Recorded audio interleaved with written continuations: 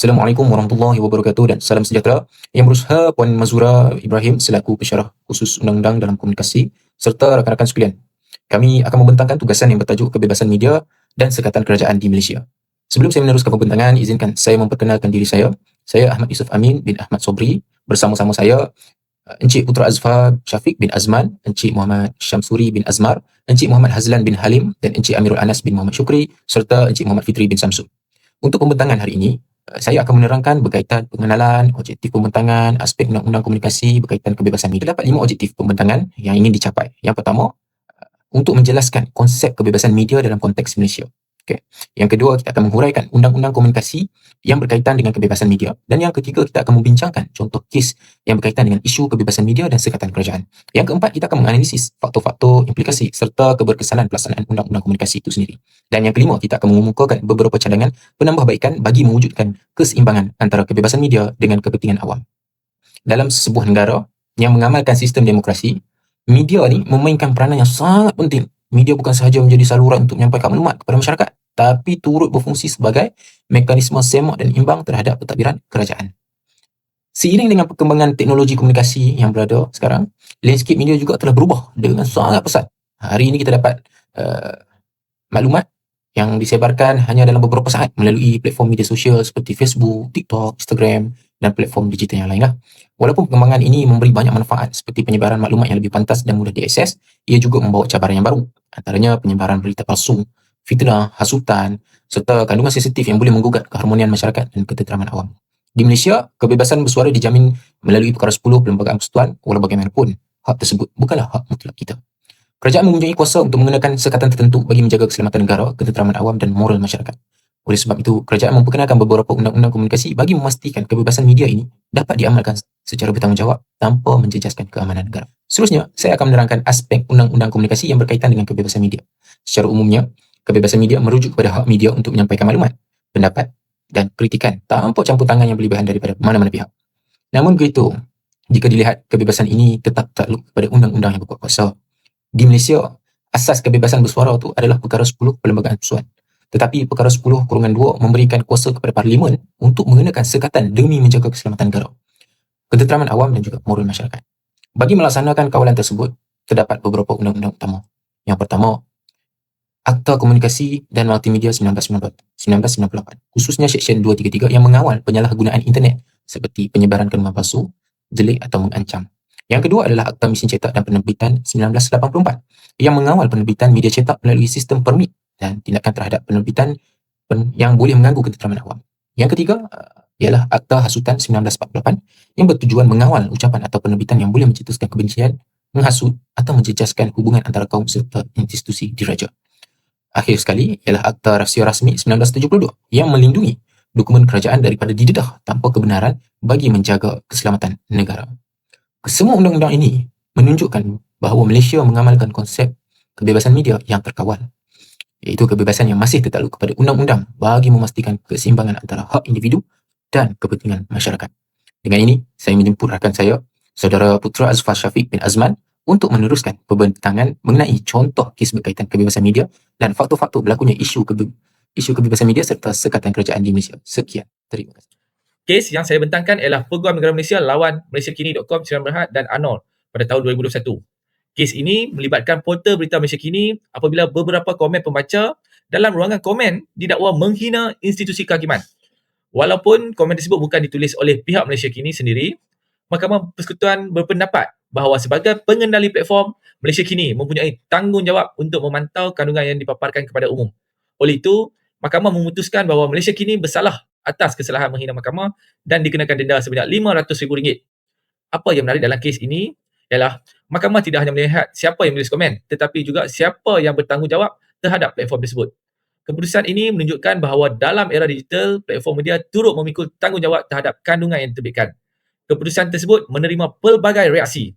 Ada yang berpandangan bahawa ia boleh memberi kesan kepada kebebasan media digital kerana organisasi media mungkin menjadi lebih berhati-hati dalam membenarkan perbincangan awam.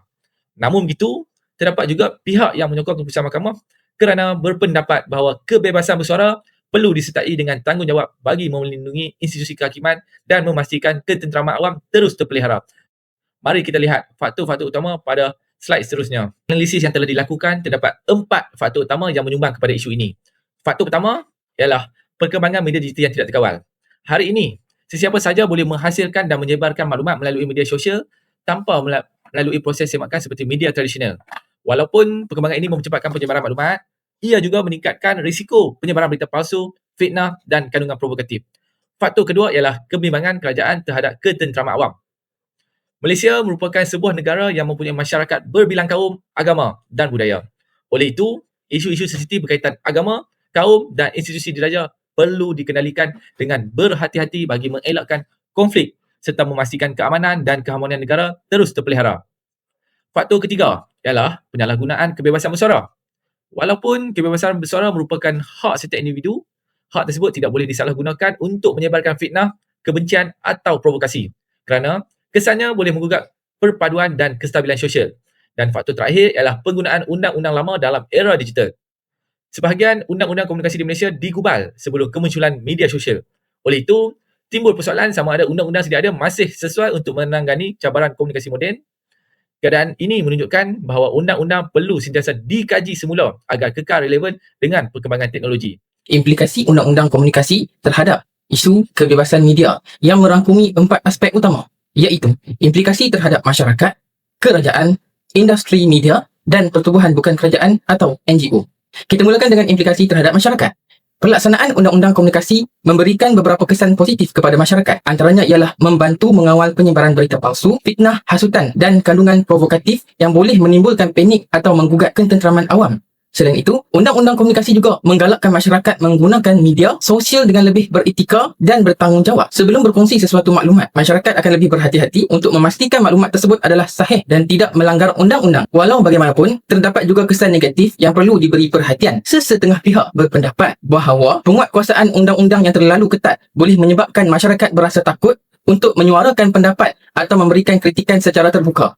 Keadaan ini boleh menimbulkan apa yang dikenali sebagai self-censorship, iaitu seseorang memilih untuk berdiam diri kerana bimbang dikenakan tindakan undang-undang. Seterusnya, implikasi terhadap kerajaan. Dari perspektif kerajaan, pelaksanaan undang-undang komunikasi membantu memastikan keamanan, kestabilan politik dan keharmonian masyarakat sentiasa terpelihara melalui penguatkuasaan akta seperti Akta Komunikasi dan Multimedia 1998 serta Akta Hasutan 1948. Kerajaan boleh mengambil tindakan terhadap individu yang menyebarkan kandungan mengancam keselamatan negara atau boleh mencetuskan ketegangan dalam masyarakat. Selain itu, tindakan ini juga membantu mengurangkan penyebaran berita palsu dan maklumat yang boleh mengelirukan rakyat, terutamanya ketika berlaku krisis atau isu sensitif. Namun begitu, terdapat juga kritikan daripada sesetengah pihak yang berpendapat bahawa kawalan media yang terlalu ketat boleh memberi persepsi bahawa tahap kebebasan media di Malaysia adalah terhad. Implikasi seterusnya kepada pihak industri media. Pelaksanaan undang-undang komunikasi menyebabkan organisasi media perlu lebih berhati-hati sebelum menerbitkan sesuatu kandungan. Ini termasuklah memastikan setiap laporan yang diterbitkan adalah tepat, beretika dan mematuhi kehendak undang-undang. Sebagai contoh, kes Malaysia Kini yang diterangkan sebelum ini membuktikan bahawa organisasi media juga boleh dipertanggungjawabkan terhadap kandungan yang dipaparkan pada platform mereka, termasuk komen daripada pengguna. Keadaan ini mendorong organisasi media memperkukuh kawalan editorial serta meningkatkan standard kewartawanan profesional. Selain industri media, pertubuhan bukan kerajaan atau NGO juga menerima kesan daripada pelaksanaan undang-undang komunikasi. NGO yang memperjuangkan kebebasan media dan hak asasi manusia sering menggesa supaya undang-undang komunikasi dikaji semula agar lebih selaras dengan prinsip demokrasi serta hak kebebasan bersuara. Pada masa yang sama, NGO turut memainkan peranan sebagai mekanisme semak dan imbang dengan memantau pelaksanaan undang-undang supaya ia dilaksanakan secara telus, adil dan tidak disalahgunakan. Kesanan undang-undang komunikasi dalam menangani isu kebebasan media di Malaysia. Secara umumnya, undang-undang komunikasi diwujudkan bukan untuk menyekat kebebasan media secara mutlak, tetapi untuk memastikan media digunakan secara bertanggungjawab dan tidak menjejaskan keselamatan negara serta keharmonian masyarakat. Kebebasan yang pertama ialah mengawal penyebaran kandungan sensitif. Dalam era media digital hari ini, maklumat boleh disebarkan dalam masa beberapa saat melalui pelbagai platform media sosial seperti Facebook, TikTok, Instagram dan aplikasi WhatsApp. Situasi ini meningkatkan risiko penyebaran berita palsu, fitnah, hasutan dan kandungan yang boleh mengelirukan masyarakat. Oleh itu, pelaksanaan undang-undang komunikasi membantu pihak berkuasa mengambil tindakan terhadap individu atau pihak yang menyebarkan kandungan yang boleh mengancam ketenteraman awam. Sebagai contoh, Ketika berlaku satu isu sensitif, tindakan undang-undang boleh diambil terhadap penyebaran maklumat palsu yang berpotensi mencetuskan panik atau konflik dalam masyarakat. Ini menunjukkan bahawa undang-undang komunikasi masih relevan bagi memastikan media sosial digunakan secara lebih beretika dan bertanggungjawab. Kepesanan yang kedua ialah melindungi institusi negara. Di Malaysia, terdapat beberapa perkara yang dianggap sangat sensitif seperti institusi diraja, agama, keselamatan negara dan hubungan antar kaum. Sekiranya kandungan yang bersifat provokatif atau menghasut disebarkan secara bebas tanpa kawalan, ia boleh menjejaskan keharmonian masyarakat dan mengancam kestabilan negara. Oleh sebab itu, pelaksanaan undang-undang komunikasi membantu melindungi institusi-institusi penting negara daripada penyebaran kandungan yang boleh mencetuskan kebencian atau ketegangan. Walaupun terdapat pihak yang berpendapat bahawa kawalan tersebut agak ketat, pendekatan ini masih dianggap sesuai dengan keadaan Malaysia sebagai sebuah negara yang mempunyai masyarakat yang berbilang kaum dan agama. Justru, perlindungan terhadap institusi negara merupakan salah satu aspek penting dalam memastikan keamanan dan perpaduan negara terus dikekalkan. Yang ketiga ialah meningkatkan tanggungjawab media dan mengekalkan ketenteraman awam. Seterusnya ialah keberkesanan dari aspek meningkatkan tanggungjawab media. Pelaksanaan undang-undang komunikasi menjadikan organisasi media lebih berhati-hati dalam menyediakan dan menerbitkan suatu laporan. Media bukan sahaja perlu memastikan maklumat yang disampaikan adalah tepat, malah perlu mematuhi etika kewartawanan dan undang-undang yang berkuat kuasa. Langkah ini membantu meningkatkan tahap profesionalisme dalam industri media dan mengukuhkan keyakinan masyarakat terhadap matlamat yang diterbitkan. Selain itu, keberkesanan terakhir ialah mengekalkan ketenteraman awam. Dengan adanya undang-undang komunikasi, penyebaran kandungan boleh mencetuskan kebencian, pemusnahan atau salah faham antara kaum dan agama dapat dikawal. Ini penting kerana Malaysia merupakan sebuah negara yang kaya dengan kepelbagaian budaya, agama dan bangsa. Beberapa cadangan penambahbaikan yang boleh dilaksanakan bagi memastikan undang-undang komunikasi di Malaysia terus relevan dan perkembangan teknologi digital dan pada masa yang sama mengekalkan keseimbangan antara kebebasan, media serta kepentingan negara. Cadangan pertama ialah menambah baik undang-undang komunikasi yang sedia ada. Seperti yang tersedia maklum, sebahagian undang-undang komunikasi di Malaysia seperti Akta Hasutan 1948 dan Akta Misi Cetak dan Penerbitan 1984 digubal sebelum kewujudan media sosial dan perkembangan teknologi digital yang pesat. Oleh itu, terdapat beberapa peruntukan yang mungkin tidak lagi sesuai dengan cabaran komunikasi masa kini. Kerajaan boleh menilai semula undang-undang tersebut supaya lebih selaras dengan perkembangan teknologi tanpa mengabaikan aspek keselamatan negara dan ketenteraman awam. Cadangan yang kedua pula ialah memperjelaskan definisi kandungan sensitif. Pada masa ini, terdapat beberapa istilah dalam undang-undang seperti menghasut, mengganggu, jelik dan mengancam yang boleh ditafsirkan secara berbeza oleh setiap individu. Sekiranya sesuatu istilah terlalu umum, masyarakat dan pengamal media mungkin berasa keliru tentang hal sebenar kebebasan bersuara. Oleh itu, kerajaan disarankan menyediakan definisi yang lebih jelas dan terperinci supaya semua pihak memahami apakah bentuk kandungan yang benar-benar melanggar undang-undang. Dengan adanya garis panduan yang lebih jelas, penguatkuasaan undang-undang juga akan menjadi lebih telus, konsisten dan adil. Cadangan yang ketiga ialah memperkukuh literasi media dalam kalangan masyarakat. Pada hari ini, hampir semua orang mempunyai akses kepada media sosial.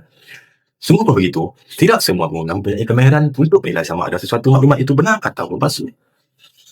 Oleh itu, kerajaan bersama institusi pendidikan, organisasi media dan pertumbuhan masyarakat boleh memperbanyakkan program literasi media.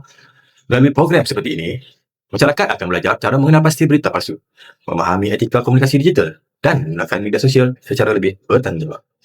Dan cadangan yang terakhir ialah menumbuhkan badan kawal selia media yang lebih bebas dan profesional. Sebagai contoh, masyarakat Malaysia boleh diperkasakan untuk memainkan peranan sebagai badan yang memantau etika media secara bebas tanpa campur tangan politik yang berlebihan.